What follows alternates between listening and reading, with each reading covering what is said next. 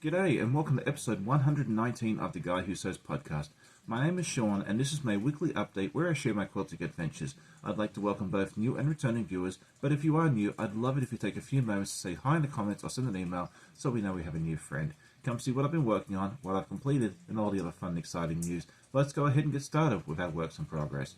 I did not get much done, or not as much as I'd like to. I want to say it was a mad scramble. But let's see what I did get done. I actually was able to work on a project I haven't worked on in a long time, and I was super excited to get some more work done on it, which is the city avenues. And this is what I was able to get done. I finished a strip up here on the top, and was able to attach it to the one below it. And then we'll attach this to the rest of the quilt, which is sitting over there somewhere. So I'm really excited that I was actually able to get some work done on that. And then the other thing I've worked on and haven't quite finished yet is Clues 3 of the, what's it called, not Village Green, Tree of Life. I get those two confused for some reason, even though they're 12 months apart. And so I was able to do block 3A, is it this way, or this way, or this way, who knows, we'll find out later on. And then I was working on night 3B, but I haven't finished that one yet. But so come back next week and see how it finished out. But that's what I have for my works in progress this week. I hope to have a lot more to share with you next week, because I should have more time in the sewing room, which has been my problem this week. But we'll now move on to our works in progress. And if you're new to the channel, welcome and thank you so much for joining us. But basically, this is just a series of videos I take during the week, mostly of me sewing, but also any of the doggos and any adventures we get up to, so I hope you enjoy.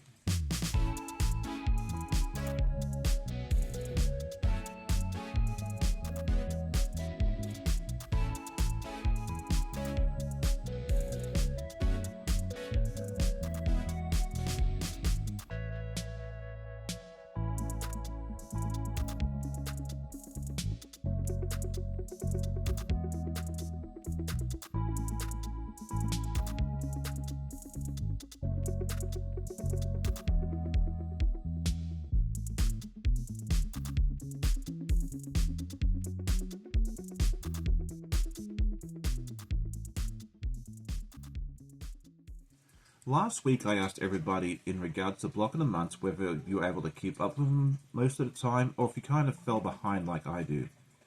And a lot of you actually answered that you fell behind like I do, which made me feel so much better because I thought I was the only one and I was a slacker. But I really do enjoy the process and the journey, and if it takes me a bit longer, that's okay. I have a full-time job, I have, I'm parents to exchange students, so, sometimes I don't get as much time in the sewing room as I would like to. This week's question is inspired by one of my friends who told me her story and encouraged me to share it with you guys, and would be the inspiration behind today's question. She purchased a long arm machine, a beautiful one, last year and had been afraid to use it, but has now been given the courage to give it a go and is doing some really fantastic work on it, let me tell you.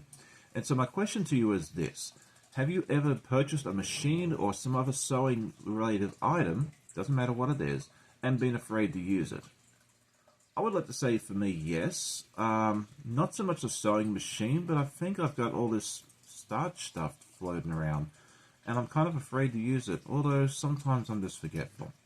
Let me know if you've ever bought a sewing machine or something else that you've been afraid to use, and if you've been able to overcome that fear.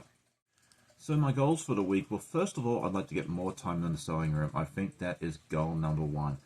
After that, I want to finish the dormouse block. All I have to do is the teapot. That's going to take me a couple of hours, guys, and so I need to sit down and actually finish that one now. I'd like to catch up with my cotton cuts clues and also get some more work done on the t-shirt quilts. I have so much to do and so little time, but we'll work it out. Let me know what your goals are for this week. And so next up is our news and events, and I had quite a bit going on this week.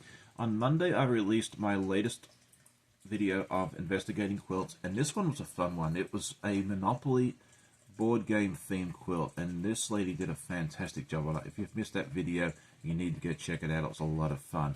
On Friday, I released the results of the Battle of the Fabrics, and you'll actually get to see which one came in first, second, third, and fourth. So if you missed that, go check that one out as well. Yesterday morning, I had a brand new guest. It's a good friend of mine, Rob. He's had his own channel called Quilting in the Man Cave. He's had it been going for a little while and has recently hit 200 subscribers, and I'm super excited. We had a lot of fun sitting down, hanging out, and sewing and chatting together. This week I plan to have my investigating quilts video go up tomorrow afternoon or tomorrow evening. On Thursday I'm going to release a premiere in the evening time where I get to chat with another of my sewing friends, sewing with Lawayne, with Larry. I can never get his name out. I get so tongue-tied with that one every single time. We got to meet up at QuiltCon early this year, and I thought it'd be fun to sit there and let you guys get to know him and his channel a little bit better. And then this Saturday morning we'll have a live. I have not finalized a guest for that yet, so you'll get to figure out who that is in a little while. So that's what I have going on. As viewers of my channel that's watched for any amount of time knows, I love working on stitch and flip patterns, the Elizabeth Hartman, the Art East projects and so forth. You've seen the pandas and that sort of thing there in the past. And these patterns tend to intimidate people, but I want to help you overcome that fear. So sometime this summer, my plan is to have a free sew-along.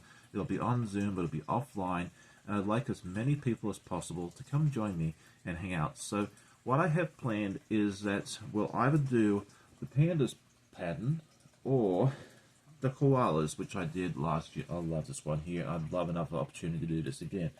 But instead of doing the entire quilt, which, yes, is intimidating, we're just going to do one block and make it into a pillow.